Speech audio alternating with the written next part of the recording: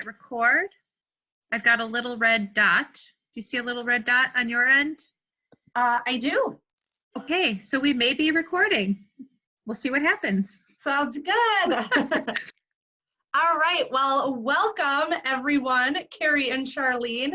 So glad to have you with us for connection and communication skills.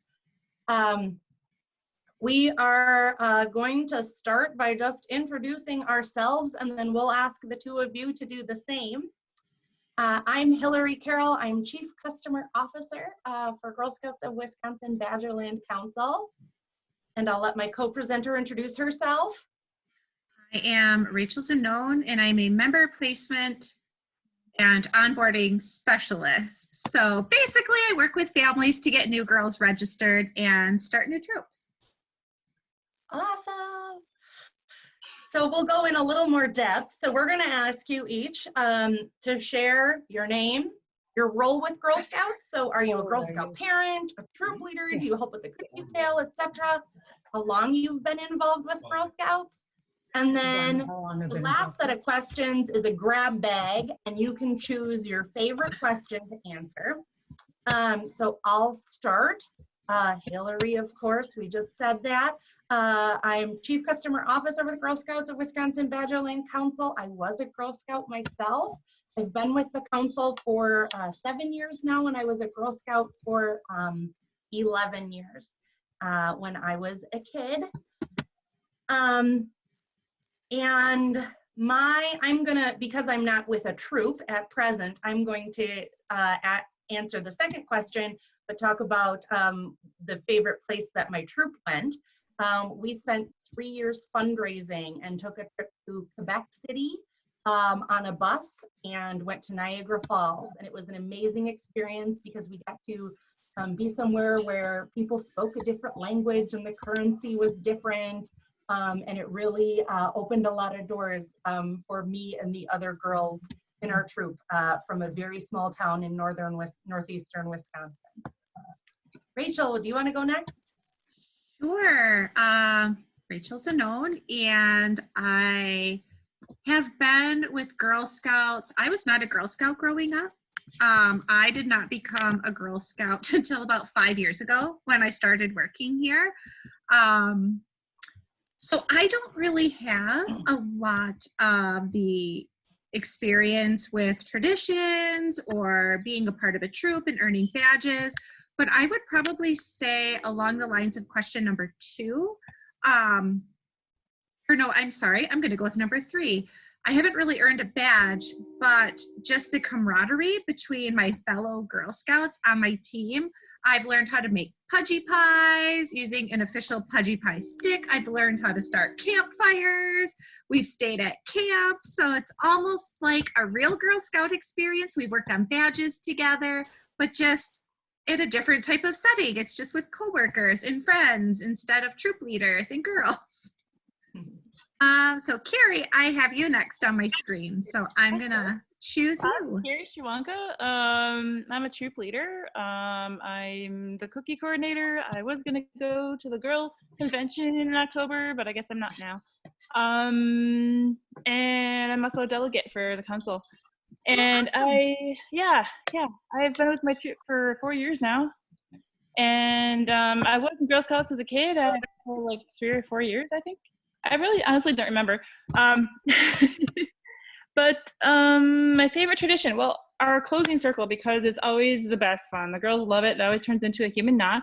You know, you grab somebody's arm and you try to figure out how to unwind. It's just the best. They love it. If we could go to any destination, I like that Niagara Falls idea. That's a great one. I'm gonna have to keep that one in mind. I would have loved to take them to convention. That would have been, oh my gosh. Anyway, we can go digitally now. A favorite Badger journey. Gosh, so we went to we went on our first camp together last fall, and we went to the one in Illinois that was originally through council, but then they canceled, but we went anyway, and it was it was amazing. It's at that castle. What is it called? Yeah, stronghold. Yes, Yeah, Stronghold. yeah. Oh, So cool. we did the badge, playing the past badge there. So everybody made a costume and pretended. We had like 3 or 4 princesses. It was insane. But we had a cook. We had a court jester, like a announcer type person, and the queen. Oh my gosh, the queen. It was amazing. It was a lot of fun. I would love to do that all over again. Awesome. Yeah. Charlene, can you share? I'm Charlene. I'm a troop leader of several troops. I've been involved in Girl Scouts for 39 years as a leader, and I was a Girl Scout as a girl, and got to the highest award at that time, which was called the First Class Award, not the Gold Award. Congratulations. Thank you. And I think the favorite badge that we've worked on was the one that we were working on when school got canceled, the space badges for each of the levels. And I'm trying to get them to finish up that one because we only had 1 or 2 requirements left. One in the Daisy level and a couple in the junior level. And the older girls, I don't know how far they were on that. They were working on it by themselves, the cadets and seniors. But I really enjoyed that badge, so I think that one. Wow, awesome. Wow. That is I'm great. cookie chairman. I have a cookie cupboard. I have a day camp that I run for a week in the summertime. Maybe not this summer, I don't know. I'm hoping. Yeah. So I'm busy with Girl Scouts. Well, thank you both so much. Yesterday was Volunteer Appreciation Day, but we appreciate you and all of the Girl Scout volunteers every day. So huge thank you from us. You make Girl Scouts possible for the girls. All right, so we are here to talk about communication and connection. So I'm gonna give a little bit of background. About 5 years ago, Girl Scouts of the USA partnered with Sandler Training to help Girl Scout Council staff learn communication and sales strategies. The goal is really to help us compete in a challenging and competitive market when there's a lot of youth organizations and a lot of options out there for girls. GSUSA also offered the opportunity to some council staff to become Sandler coaches for Girl Scouts. And 2 years ago, Rachel and I were 2 of only 30 people in the country who were chosen and felt so fortunate to get to be part of the coach program. And so we are able to bring some of what we learned to all of you, and both of us have also trained other councils. What council did you train, Rachel? I did southeastern Michigan, so like the whole thumb area by Detroit there, and then also northwestern Great Lakes, so like Green Bay all the way over to Eau Claire. And the UP of Michigan as well, so I pretty much almost had Michigan. Yeah, you got Michigan covered. Yeah, awesome. And how about you? I trained, I was supposed to train Chicago, Northwest Indiana, and then my appendix nearly ruptured, so couldn't do that. Bummer, dude. Missed out on that, but I did. I was fortunate to go to Western Washington and to Girl Scouts of Alaska, which was incredible. And one of a great little story, someone I was a Girl Scout with when I was like in 5th grade through 12th grade, she works for Girl Scouts of Alaska. So we were Girl Scouts together, and now we're Girl Scout employees together, which is awesome, and we were able to reconnect. So anyway, side note. But the point of Sandler training is that it ultimately is a sales training and sales strategies. But it comes down to communication, and it works in lots of situations, including in Girl Scout troops, and specifically working with parents. If you've been in any sort of class or read any books about communication strategy or communication theory, This rule of 30% and 70% may be familiar. Communication theory says that we should do one thing 30% of the time and another thing 70% of the time. Does anybody know what those two things are? Gujin, What was that? listening and talking. Yes, you nailed it. All right. And the goal is to talk 30% of the time and listen 70% of the time, because you'll gain so much more from the person you're speaking with. The question is, how do we do that? Sometimes it's difficult in a conversation to get the other person to talk 70% of the time, especially depending on their personality. With me, I gotta, it's easy for me to talk 70% of the time. I gotta rein it in a little bit. So the key is to ask questions. You can learn a lot more from whomever you're speaking with if instead of answering their question, you ask them one in return. And I will admit, this is sort of an odd theory when you first hear about it. Rachel, did you think this was strange when you first heard about questioning strategies? It was strange. It was awkward and strange. It feels awkward. So I'm going to give you just a random example. So let's say I'm a troop leader, and let's say a parent asks me, does my daughter need to bring a sleeping bag for the overnight trip? And I could simply say, yes, she does. But that won't help me get at the heart of their problem. Very often when somebody is asking you a question, their actual question is a little deeper.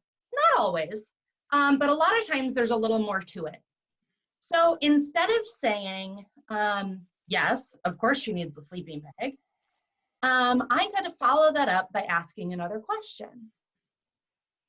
I could say something like, why do you ask? Which feels really awkward because it would just be so easy to say yes. But if instead I say, why do you ask? The parent might respond with more information, like, she doesn't own one.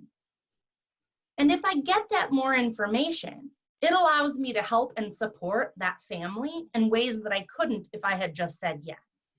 So if I say, why do you ask? And the parent says, she doesn't have one. Well, now I know the real problem. Yes, they want to know if she needs to bring it, but the real problem is she doesn't have one to bring. And this is a situation some of our girls might be in. So now I'm able to say, oh, well, I'd be happy to loan you one, or actually a big quilt to lay on and then another blanket on top is plenty. You don't actually need a sleeping bag. So my answer changes a little bit. Does that make sense? Following? Okay, awesome. So there's a lot of different questions to ask, and this takes a while. It takes practice to kind of have these prompts in front of you. When I'm at work and on the phone, I often have them on a Post-it note so that I remember it, and it prompts me to help ask questions, talking to members or troop leaders or parents. But a few examples of the kinds of questions that you can ask when someone else asks you a question is, why do you ask? And get them to just elaborate. You could reiterate it back to them. Do you mean this? Like maybe I could say, do you mean, is it important that she has a sleeping bag versus blankets? I can say, is that important to you? I can just say, can you tell me more? Get them to expound. I could say, help me understand, or can you say it another way? And what surprised me when I started using these questions, I felt awkward asking them, but 99% of the time, people would just start talking and they'd open up a lot more because it was clear I was listening and my question showed that I cared about what they had to say. The only caveat about responding with a question is that sometimes it can sound kind of harsh. It can sound like, whoa, why are you jumping on me? Why are you, so you have to be careful about your tone of voice and all of that. But we can also use what we call softening statements to kind of soften it up a little bit before, before you ask the question. And you can see my little bottle of Snuggle there as the visual on it. So before asking the question, you can say, good question. I'm glad you asked. Help me understand. A lot of people ask that. Tell me more about that. I appreciate your perspective, or that sounds important to you. Or in the example of the sleeping bag question, a great softening statement would have been, oh, I'm so glad that you're thinking ahead to the camping trip. Because how many parents forget to think ahead and everything's last minute, right? So you want to soften it with a compliment. Soften it by saying, thanks so much for thinking ahead. Can I ask why you're asking about the sleeping bag? Or is it because you're not sure if a sleeping bag versus a blanket? Or is it because you don't have one? I can follow up with all those kinds of questions. So then the next step is putting it together. So you can see in our one column, we've got the softener, fabric softener, the softening statements, and then following that up with a question. So I would like to try practicing. Would you guys be up for that if we just did a little bit of practicing? So Rachel, I'm gonna make you go first. I'm gonna ask you a question, and instead of answering it, you are going to say a softening statement and then a question, and you can just read something right off the screen. You're welcome to get creative if you'd like, but you can just read something right off the screen. Just to see what it sounds like. Okay. Okay, I'm ready. All right. Were you a Girl Scout growing up, Rachel? I am so glad you asked me that question, Hilary. Why do you ask? I was going to try to be creative, but I couldn't, so I just went to the prompts. Why do you ask? And because she started with that softening statement, she sounded super friendly, right? That didn't sound like an affront to me or like she was dodging my question. Okay, Carrie, are you willing to go next? Sure. Okay. What is a goal you set your troop for this year, or that your troop set for this year? Cool. A lot of people ask me that. You know, we just went through cookie season and they asked me what our, total sales goal was going to be and what we're going to do with the money. So yeah, I'm glad that's important. I think I can tell that you want to support our troop, and I'm glad you're asking that. So let me tell you all about my troop. Oh my gosh, we have all these goals. We want to go camping. We want to support our whole troop for the next year with all our projects, and we have a bronze award coming up in another year, and we have to fulfill that. So yes, thank you for asking. Awesome. What question could you have asked me to find out why I was asking you that? Why do you ask? Right, perfect. And I might say something like, because I want to know where all that cookie money's going, right? Parents, you've heard that before? Oh, yeah. Why am I paying for a uniform? Yes. Where's that cookie money going? Please don't die. Yes. Yep. Okay, Charlene, are you ready? You want to take a try? Yeah. Awesome. So you're going to start with a softening statement and then ask me a question back. So how long have you volunteered with Girl Scouts? Oh, I'm so glad you asked because I'm a pro at it.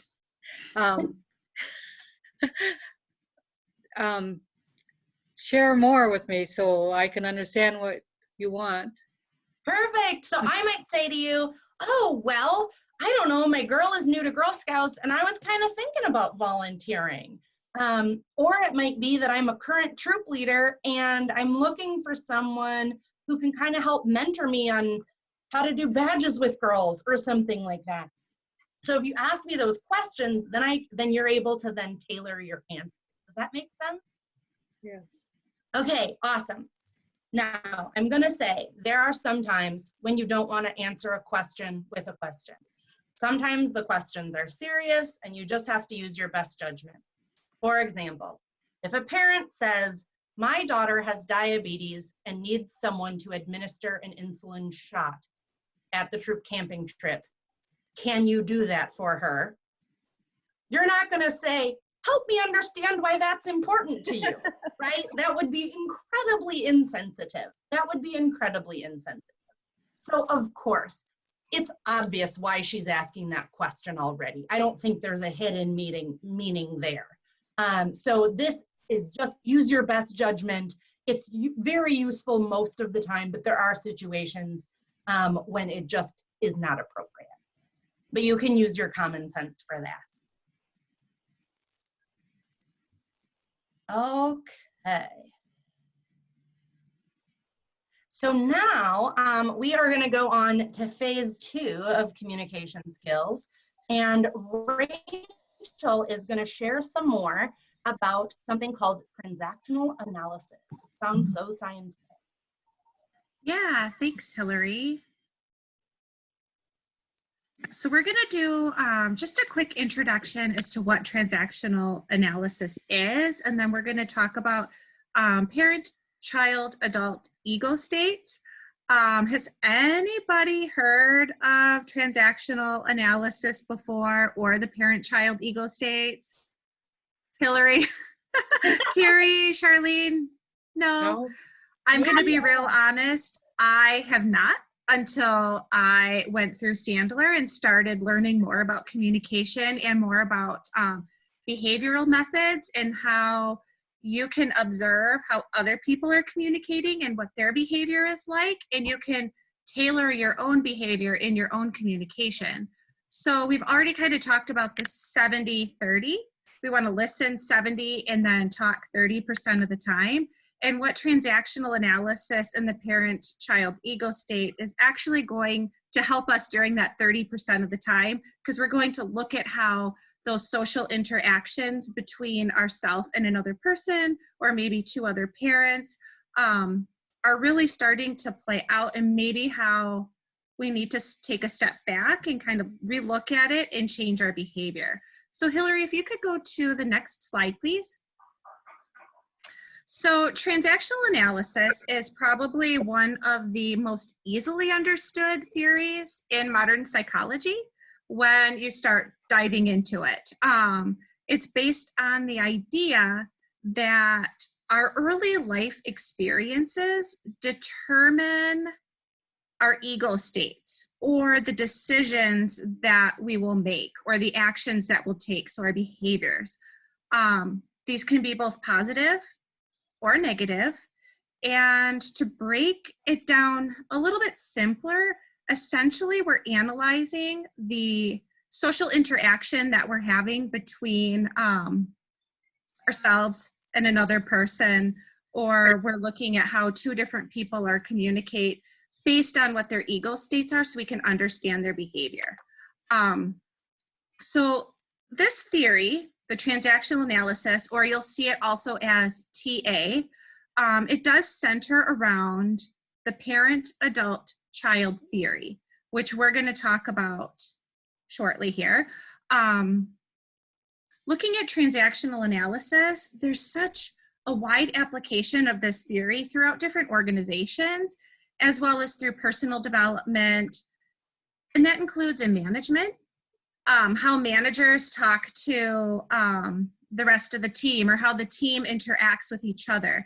It's personality, relationships, both professional and personal. Just our behaviors. So whether we're talking to another parent, we're talking to a friend, we're talking to our troop leaders, our co-leaders, somebody, our children even.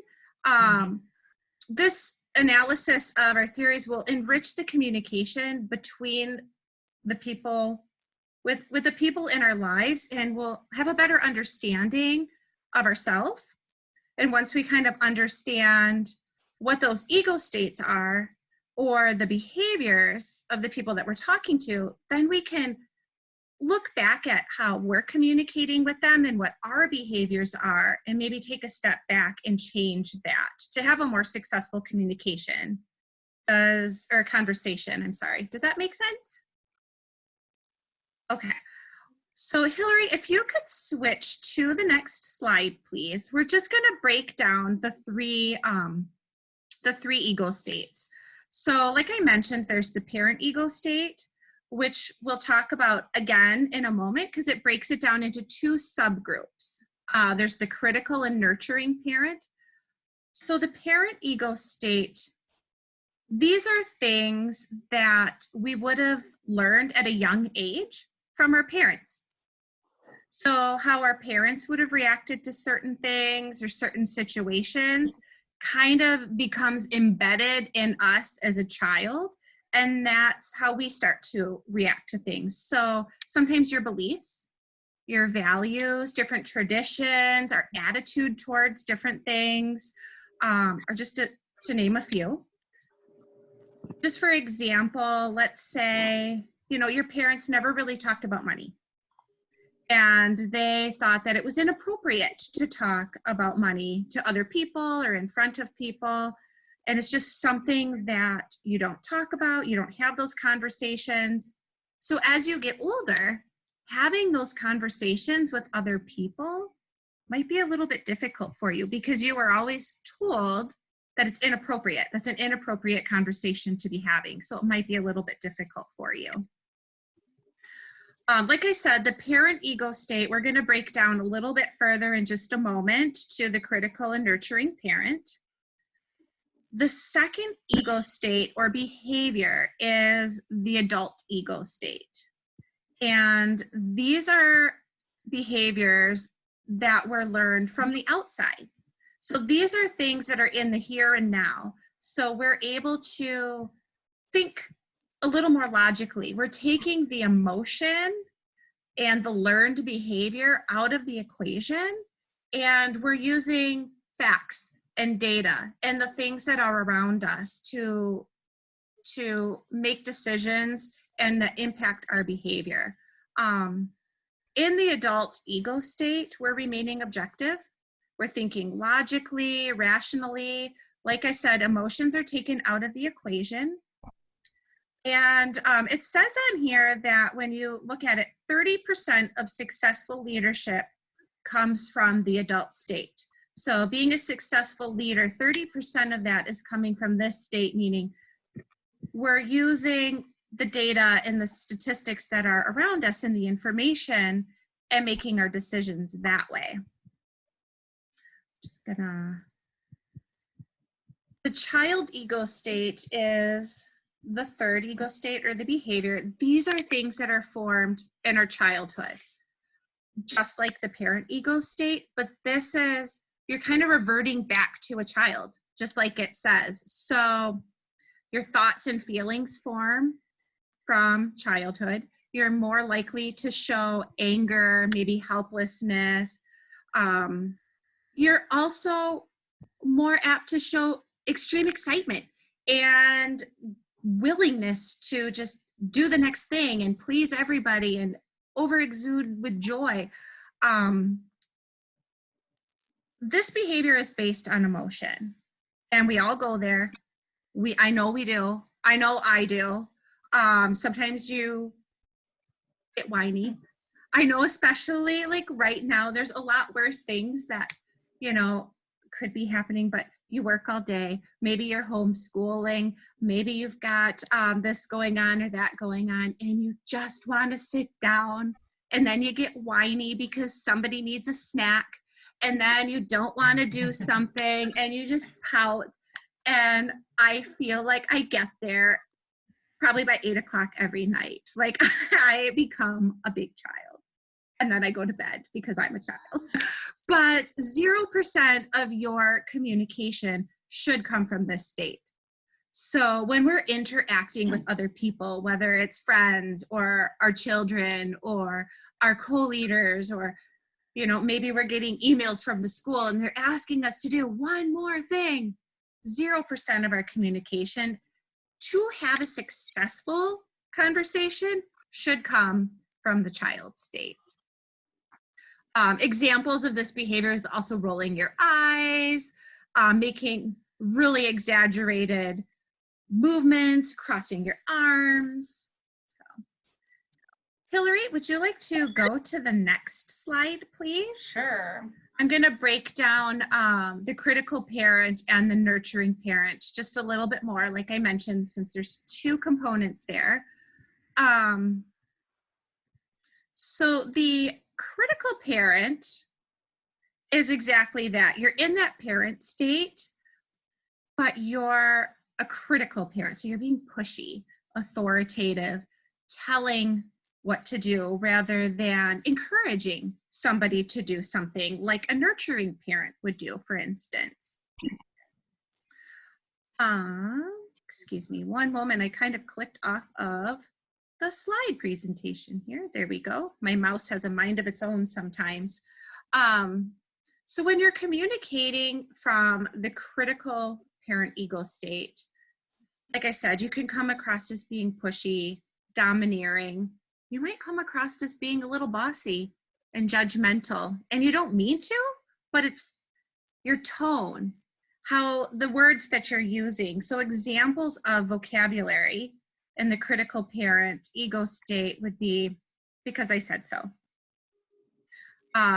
You should do this. You should do that. You must do this. And it's also not necessarily just the words, but it's the tone that we're using. When you're communicating, do we sound harsh? Do we sound condescending? Like, you should do this or else. Examples of gestures and facial expressions, pointing your finger, shaking your head at somebody when you're communicating with them, crossing your arms folded, a scowl on your face. Like, who wants to talk to somebody like that? You can't have a conversation with somebody that you feel they're constantly criticizing you. And maybe they don't mean to. It's just their behavior. But, maybe it's you. You have to take a step back. If you find that you're crossing your arms or your tone, maybe you're being the critical parent. And then taking a step back gives you an opportunity to correct that. As it notes, 0% of successful leadership comes from the critical parent. I don't think I've ever been in a situation where I have felt supported or have felt like I was in a really good situation when I'm constantly being told I should do this and you should do that. And I'm going to point at you and scowl at you. You don't want to do that. You don't want to be in that situation. On the reverse side is the nurturing parent. And these are behaviors that are empathetic. They're understanding, attentive to you. So you're in that 30 to 70% listening and talking, they're really listening to you. They're encouraging you. Some of the vocabulary that's used is, I'll take care of you. I will help you. Let's give it a try. Come on, we can do it. The tone is going to be more sympathetic. It's more encouraging. It's softer. It's a softer tone, more optimistic. The facial expressions for a nurturing parent, open arms. Give a smile on your face when you're listening. Maybe a tilt of the head just to show that you're actively listening and you're actively participating. Raised eyebrows. Yes, that's great. 70% of successful leadership comes from the nurturing parent. Don't you feel more supported when you have somebody that's listening to you? If you have a question or a concern about something, don't you feel that maybe you're a little bit more supported? The communication, the conversation is going a little smoother. Do you have any questions about any of that? I know that was a lot of information to kind of pull out into 3 slides to really cover a psychological theory. Everybody good? Yep. Okay. So Hilary, if you'd like to jump to the next screen, we're going to watch a little video clip. I don't know how many of you have seen Inside Out. No? Oh, it's really cute. The different colors, kind of, what are they? Like, they're different, the different personalities and the different emotions and the different feelings that they have. So we're going to watch a little clip here, and I want you to look for examples of the child ego state or behaviors, adult behaviors, as well as those critical or nurturing parent behaviors. And then we'll just kind of chat real quick. It's a movie where each person has like the emotions and feelings in their head. So I think you need to know that. Thanks, Hilary. Yeah. So, as it turns out, the green trash can is not recycling. It's for greens, Can you like hear it? compost and eggshells. And the blue one is recycling. And the black one. Riley is acting so weird. Why is she acting so weird? What do you expect? All the islands are down. Joy would know what to do. That's it. Until she gets back, we just do what Joy would do. Great idea. Anger, fear, disgust. How are we supposed to be happy? Hey, Riley, I've got good news. I found a junior hockey league right here in San Francisco. And get this, tryouts are tomorrow after school. What luck, right? Hockey. Uh-oh. What do we do? Guys, here, you pretend to be Joy. Won't it be great to be back out on the ice?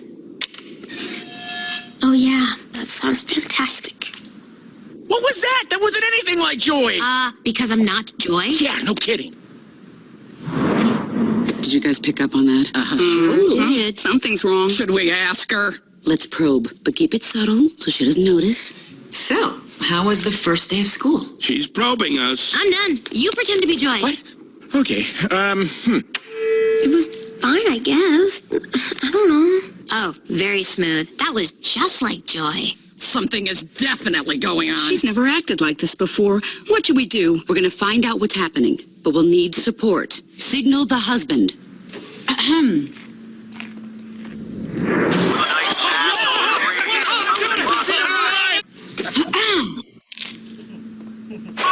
Uh-oh, she's looking at us. What did she say? What? Oh, sorry, sir. No one was listening. Is it garbage night? We left the toilet seat up. What? What is it, woman? What? He's making that stupid face again. I could strangle him right now. Signal him again. So, Riley, how was school? Are you kidding me? For this, we gave up that Brazilian helicopter pilot? Boo! I'll be Joy. School was great, all right? Riley, is everything okay? Sir, she just rolled her eyes at us. What is her deal? All right, make a show of force. I don't want to have to put the foot down. No, not the foot. Riley, I do not like this new attitude. Oh, I'll show you attitude. No. Stay happy. What is your problem? Just leave me alone. Sir, reporting high levels of sass. Take it to DEFCON 2. You heard that, gentlemen? DEFCON 2. Listen, young lady, I don't know where this disrespectful attitude came from. You want a piece of this, Pops? Come and get it. Yeah, well... Here it comes. Prepare the foot. Keys to safety position. Ready to launch on your command, sir. Just shut up! Fire! That's it. Go to your room. Now. The foot is down. The foot is down. Good job, gentlemen. That could have been a disaster. Well, that was a disaster. Come, fly with me, gatinha.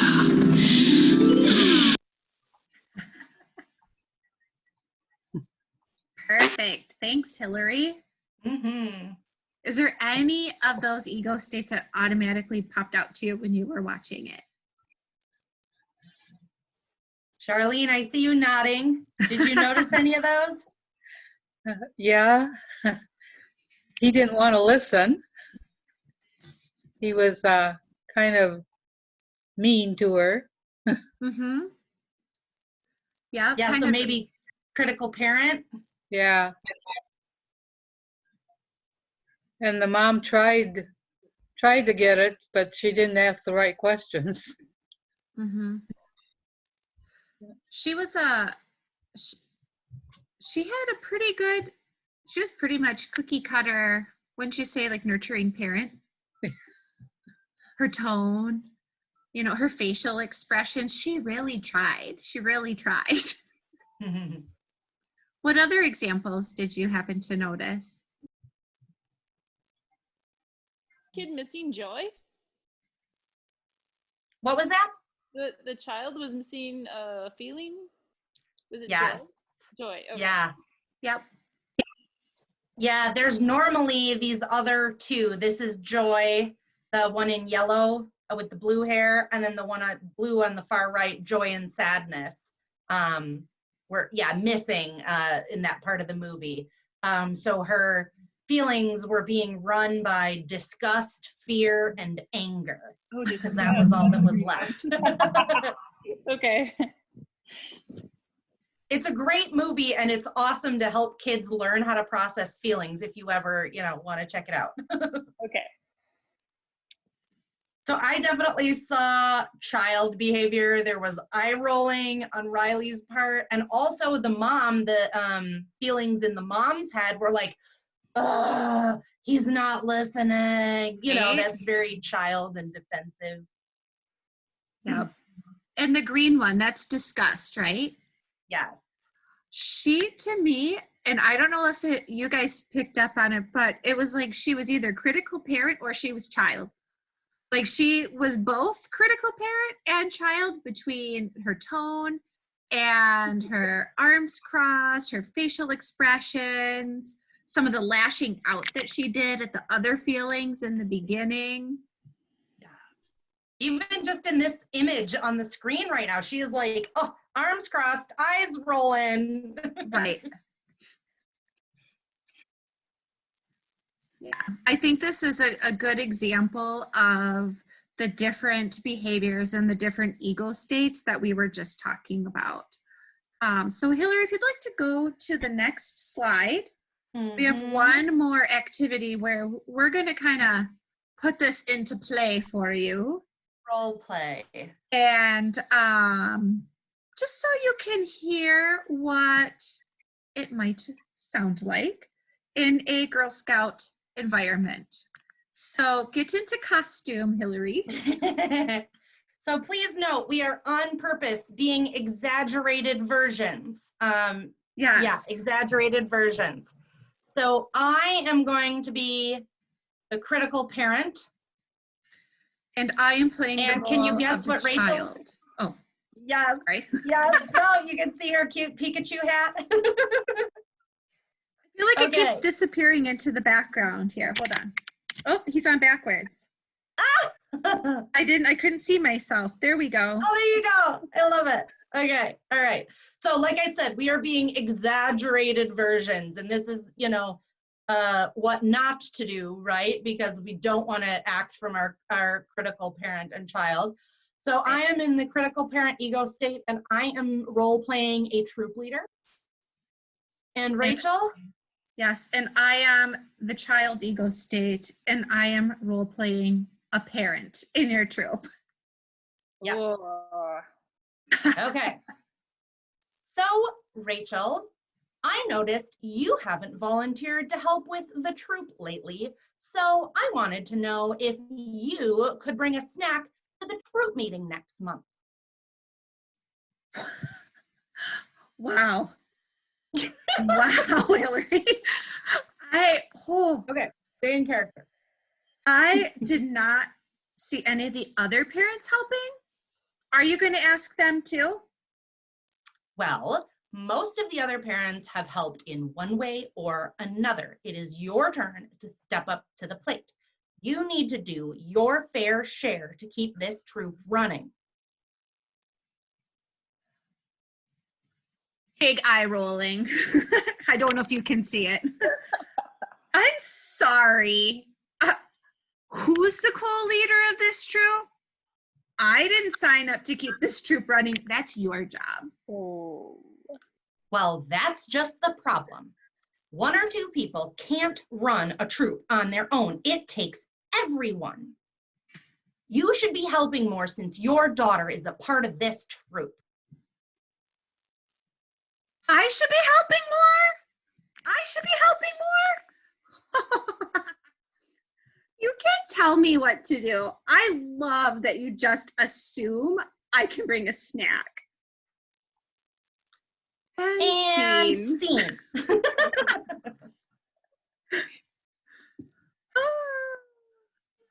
So clearly, that's what not to do, right?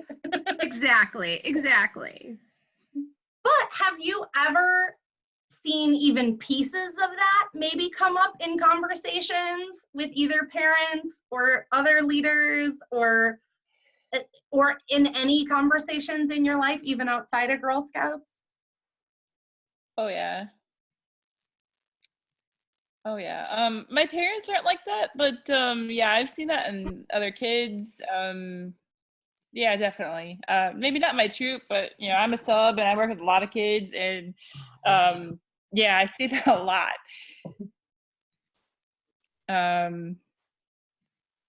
But parents, it's weird. They like to talk off topic all the time. You know, you're trying to talk about a topic and whoop. So it's just keeping them on track is what is hard with them. Keeping focused. Yeah, yeah. And I know we can talk cookies all night long, but yeah, getting some ideas out there. It's very rare that a parent has an idea, and you know, you try to encourage that sort of, you know, say, you know what, why doesn't so and so come up with an idea for us to do in December? And yeah, that's hard. That part is hard. But luckily, a lot of stuff comes from council, so we're just like, oh, we're just gonna do what council's doing. So that happens a lot, actually. Yeah, that prompting. Yeah. Well, maybe some questioning strategies could be helpful with that. Maybe that would be an option. Right. Like we kind of led this example to a point where at the end, there is an underlying issue. The co-leader just assumed I could bring snack. She doesn't know what my situation is. Maybe I can't bring snack right now. Maybe that's not an option for my family.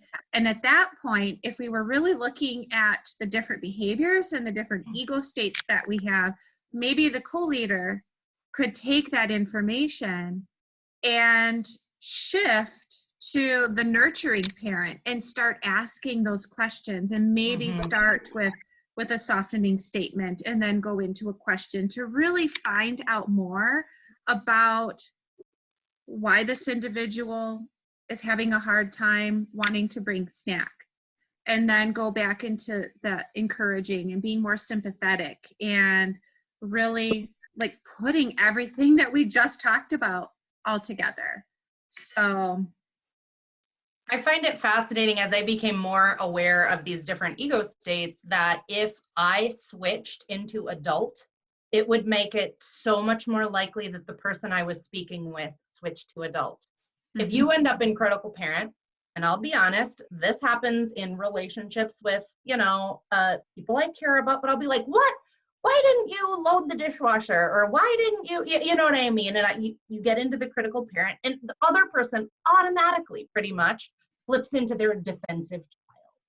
And that's where they start coming from. And if instead you can take that step back and flip it into the adult or the nurturing parent, one of the two, I am often shocked at how quickly the other person flips with no knowledge of what just happened, because they're not feeling as defensive.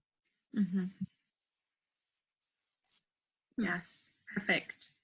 Does anybody have any questions or any key takeaways from the session, the training session today, or anything that really stuck out to you? You know, I know I was there in the fall for the leader training. I know I did this before, but it was a good refresher. Oh, okay, good. Yeah. Good. Yeah. Good. I know we were like, I wonder if anybody was there from Let's Go last year. So Inside Out clip. Yeah, reprise. Charlene, were you in that training too? Or Not no? that particular one. Okay. I was there, but not for that different training. session. I was out of the mustaches, but I was debating on rebirthing those big bows that we had, or the cat ears for the child role. But I still have all of those. Well, thank you to you both for spending some of your evening with us. It's been a pleasure talking with the both of you. If you think of any questions that you have for us about anything we covered tonight, or really anything Badgerland Girl Scouts, please feel free to email us. Our emails are on the screen. Otherwise, you know the 800 number, info@GS Badgerland. You know, you can always get in touch with us that way. Awesome. Well, thank you so much. Appreciate it. Yeah, thanks so much, Carrie and Bye. Charlene. Bye.